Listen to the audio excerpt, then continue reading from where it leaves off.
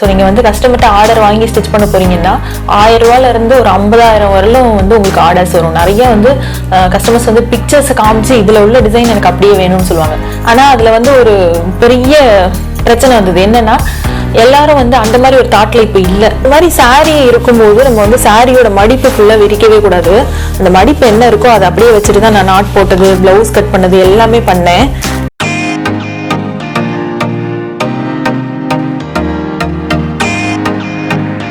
Hello friends, welcome to Mrs. Stitch Blouse. Fashion Designing and Aari Embroidery ரெண்டுக்குமே direct and online classes நான் எடுத்துட்டு இருக்கேன். Classes join பண்ணணும் அப்படின்னு உங்களுக்கு இன்ட்ரெஸ்ட் இருக்குன்னா கீழே டிஸ்கிரிப்ஷன்ல லிங்க் இருக்கு. கோர்ஸ் பத்தின ஃபர்தர் இன்ஃபர்மேஷன் அதை பார்த்து தெரிஞ்சுக்கோங்க. கிளாஸஸ் ஜாயின் பண்ணணும்னு இன்ட்ரெஸ்ட் இருந்துச்சுன்னா கீழே உள்ள நம்பருக்கு கான்டாக்ட் பண்ணி இன்னும் ஃபர்தரா டீடைல்ஸ் கேட்டு ஜாயின் பண்ணிக்கோங்க. இவங்க ஆக்சுவலா என்னோட பொண்ணு. நான் ஒவ்வொரு வீடியோ எடுக்கும் போதும் நானும் வீடியோல வர்றேன், நான் இன்னைக்கு வீடியோக்கு வந்தே ஆகணும் அப்படின்னு சொல்லி ரொம்ப அடம் பிடிச்சு கிளம்பி வந்து நின்ட்டாங்க.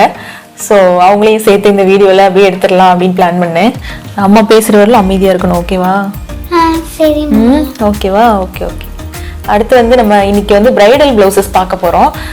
ஸோ நான் 2 பிரைடல் பிளவுஸ் வச்சுருக்கேன். இந்த பிரைடல் பிளவுஸ் பார்க்குறதுக்கு முன்னாடி நான் வந்து இந்த கஸ்டமர்கிட்ட எப்படி ஆர்டர் எடுத்தேன், ஸோ என்னோட கிளாஸஸ் எப்படி போகுது அதெல்லாம் பற்றி கொஞ்சம் டிஸ்கஸ் பண்ணிக்குவோம். ஆக்சுவலாக வந்து நம்மளோட ஆரி எம்ப்ராய்டரி கிளாஸஸ் எடுத்துக்கலாம். ஆரி எம்ப்ராய்டரி கிளாஸஸில் வந்து பார்த்தீங்கன்னா நான் வந்து 90 ஸ்டிச்சஸ் சொல்லி கொடுக்குறேன். ஸோ நிறைய நீங்கள் வந்து ஆரி எம்ப்ராய்டரி கிளாஸஸ் கற்றுக்கணும்னு என்கொயரி பண்ணிங்கன்னா ஒரு 50 to 60 ஸ்டிச்சஸ் சொல்லி கொடுப்பாங்க.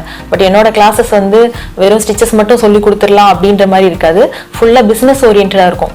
ஸோ நீங்கள் வந்து கஸ்டமர்கிட்ட ஆர்டர் வாங்கி ஸ்டிச் பண்ண போறீங்கன்னா 1000 ரூபாயிலிருந்து ஒரு 50,000 வரலும் வந்து உங்களுக்கு ஆர்டர்ஸ் வரும். நிறைய வந்து கஸ்டமர்ஸ் வந்து பிக்சர்ஸ் காமிச்சு இதில் உள்ள டிசைன் எனக்கு அப்படியே வேணும்னு சொல்லுவாங்க.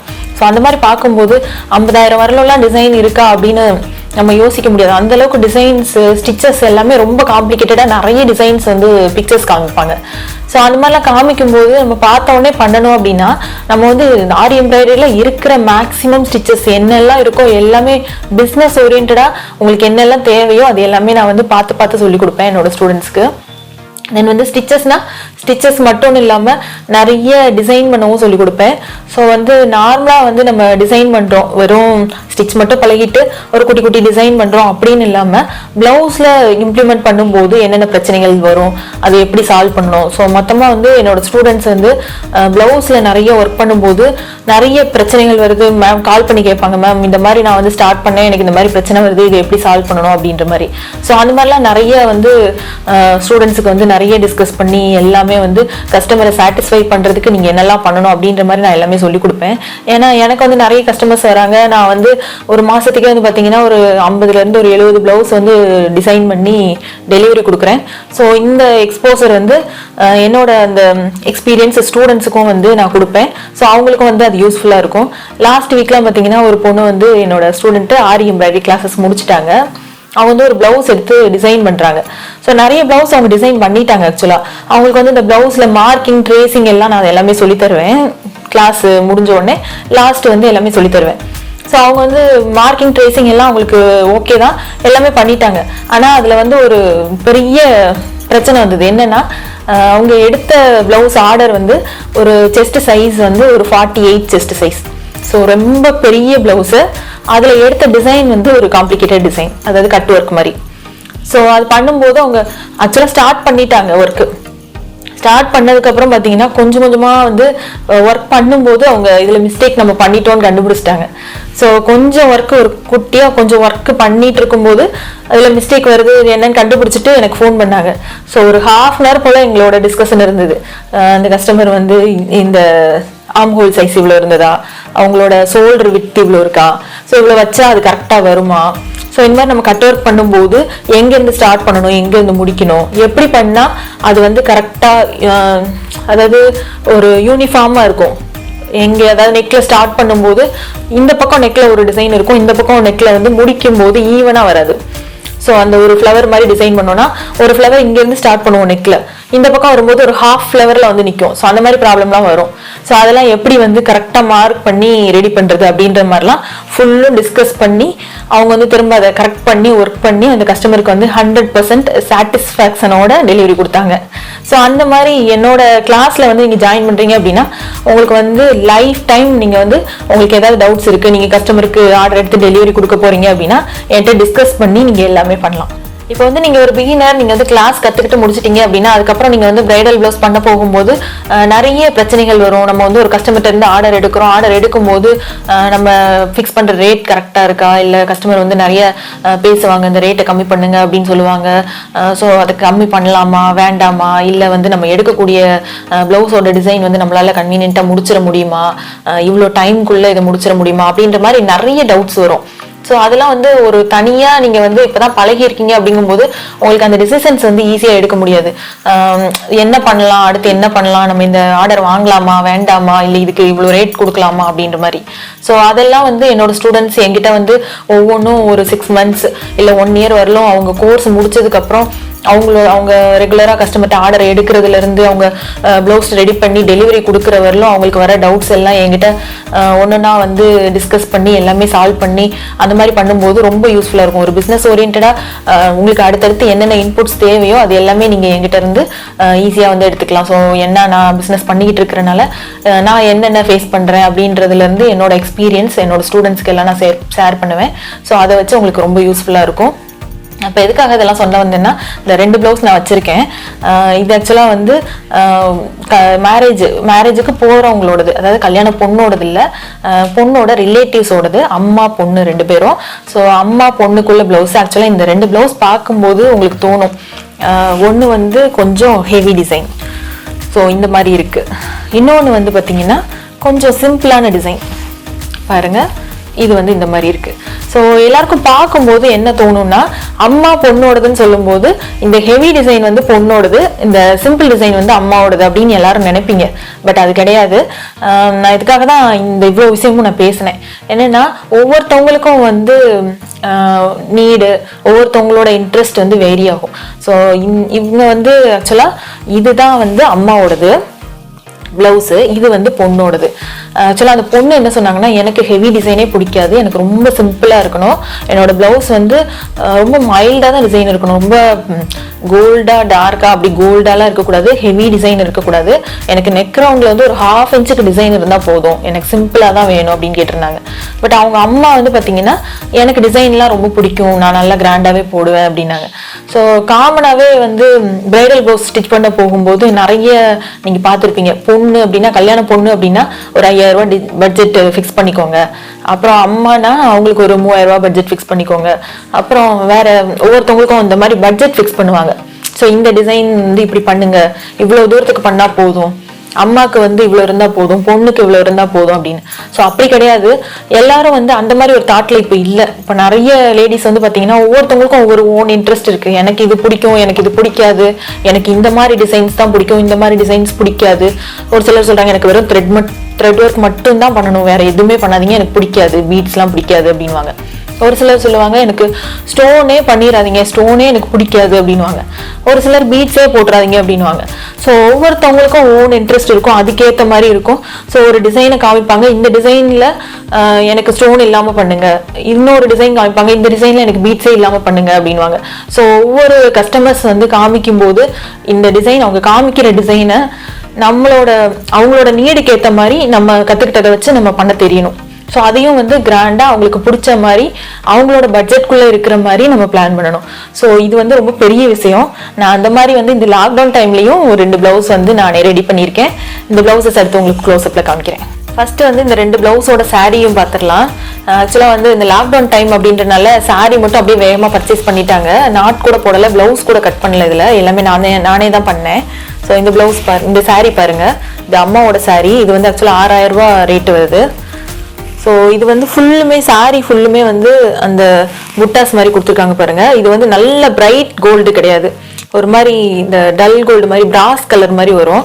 ஸோ அந்த மாதிரி கலர்ல தான் ஃபுல் பார்டர், ஃபுல் சாரி எல்லாமே அப்படியே தான் இருக்கு. இந்த முந்தி வந்து பார்த்தீங்கன்னா ஃபுல்லுமே வந்து அந்த டிசைனே வந்து இன்னும் கொஞ்சம் ஹைலைட்டாக இருக்கிற மாதிரி இருக்கு. இதில் வந்து அந்த நாட்டும் வந்து நான் போட்டுட்டேன். அடுத்த சாரி பார்க்கலாம். ஸோ இந்த மாதிரி சாரி இருக்கும்போது நம்ம வந்து சாரியோட மடிப்பு ஃபுல்லாக விரிக்கவே கூடாது. அந்த மடிப்பு என்ன இருக்கோ அதை அப்படியே வச்சுட்டு தான் நான் நாட் போட்டது, பிளவுஸ் கட் பண்ணது எல்லாமே பண்ணேன். இந்த மடிப்பு ஓப்பனே பண்ணல.